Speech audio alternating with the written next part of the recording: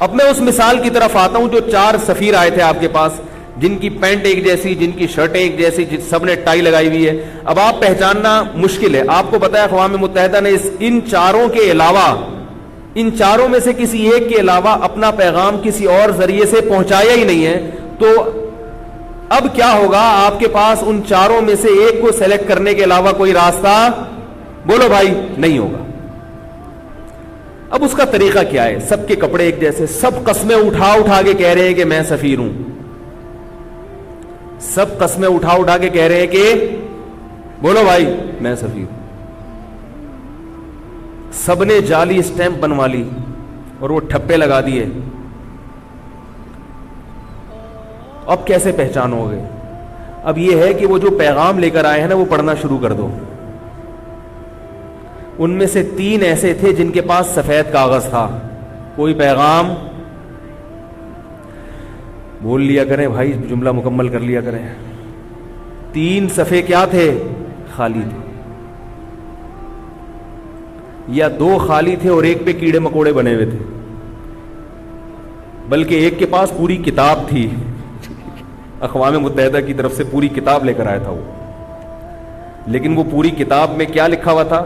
پہلے صفحے پہ لکھا تھا گھوڑا کیسے دوڑتا ہے، جواب میں لکھا ہوا تھا تگڑ تگڑ تگڑ تگڑ تگڑ تگڑ. پوری کتاب ایسے لکھی ہوئی ہے بھائی.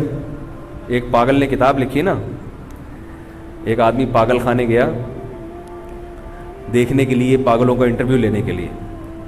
تو ایک پاگل نے کہا یار مجھے خام خام ان لوگوں نے یہاں رکھا ہوا ہے، میں تو کتابوں کا مصنف ہوں، میں پاگل واگل نہیں ہوں. اس نے جیل کی انتظامیہ سے پوچھا یار اس نے کتاب لکھی ہے اور تم نے اس کو یہاں رکھا، کتاب کوئی پاگل تھوڑی لکھ سکتا ہے. تو اس نے کہا بھائی کتاب لے کر آؤ. کتاب لائی تو شروع میں لکھا ہوا تھا گھوڑا کیسے دوڑتا ہے، 400 صفحے پہ لکھا ہوا تھا تگڑ تگڑ تگڑ تگڑ تگڑ تگڑ تگڑ. یہ کتاب تھی بھائی. ٹھیک. تو 3 سفیر کے پاس سے یا تو خالی کاغذ نکلے، یا تگڑ تگڑ لکھا ہوا ہے کسی میں، یا گھوڑا ایسے دوڑتا ہے. فضول فضول باتیں لکھی ہوئی ہیں، کوئی ڈھنگ کی بات ہے ہی نہیں. ایک کے پاس پورا ایک قانون اور ضابطہ تھا کہ پاکستان میں غربت کا ریشو اتنا ہے، غریبوں کی تعداد اتنی ہے، اور اس غربت کو حل کرنے کے اقوام متحدہ نے کچھ جو ہے وہ کچھ ضابطے اور قانون طے کیے تھے، وہ لکھے ہوئے ہیں.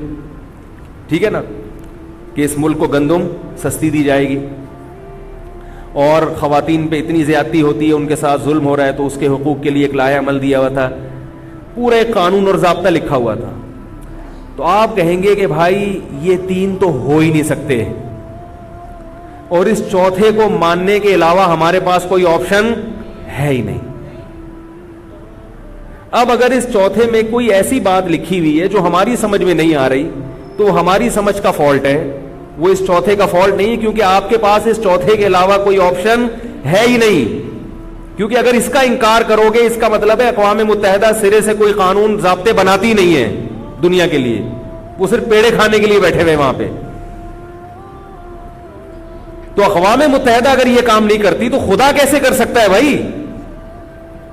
کہ وہ بندوں کو پیدا کر کے بھول گیا، اس نے کوئی قانون اور ضابطہ نہیں بنایا. اس نے کہا زمین تمہاری، اس پر حکومت کرو، جس کا چاہے گلا کاٹو، جس کا چاہے لوٹ کھسوٹ کے سودی نظام پوری طرح دنیا پہ مسلط کر دو. کروڑوں چند یہ جو سودی نظام اس وقت دنیا میں چل رہا ہے، اس کو خدا کے علاوہ کوئی بھی ناپسند نہیں کرتا. اس کو صرف اللہ ہے جو ناپسند کرتا ہے، صرف اللہ ہے. انسان اس قانون کو ناپسند نہیں کرتے، ورنہ سود کے سسٹم کو غریب بھی پسند کرتا ہے، مالدار بھی پسند کرتا ہے، کیونکہ اس سسٹم میں غریب کو بھی فائدہ نظر آتا ہے اور مالدار کو بھی فائدہ نظر آتا ہے. یہ جو مولوی لوگ اس کے خلاف اتنا چیختے ہیں، یہ اس لیے نہیں کہ مولویوں کو یہ سسٹم ناپسند ہے. مولوی بھی چاہتے ہیں بینک میں پیسہ رکھو اور سود کما کے گھر بیٹھے کھاؤ. یہ اس لیے چیختے ہیں کہ پابندی کس نے لگائی ہے؟ رسول نے.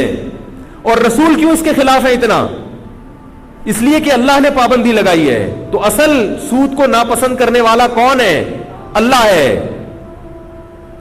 اب غریب اس پہ خوش کیوں ہوتا ہے؟ اس لیے کہ اس کو وقتی نفع نظر آتا ہے. آپ نے 1 لاکھ روپے رکھوائے اور مہینے بعد وہ کتنے ہو گئے؟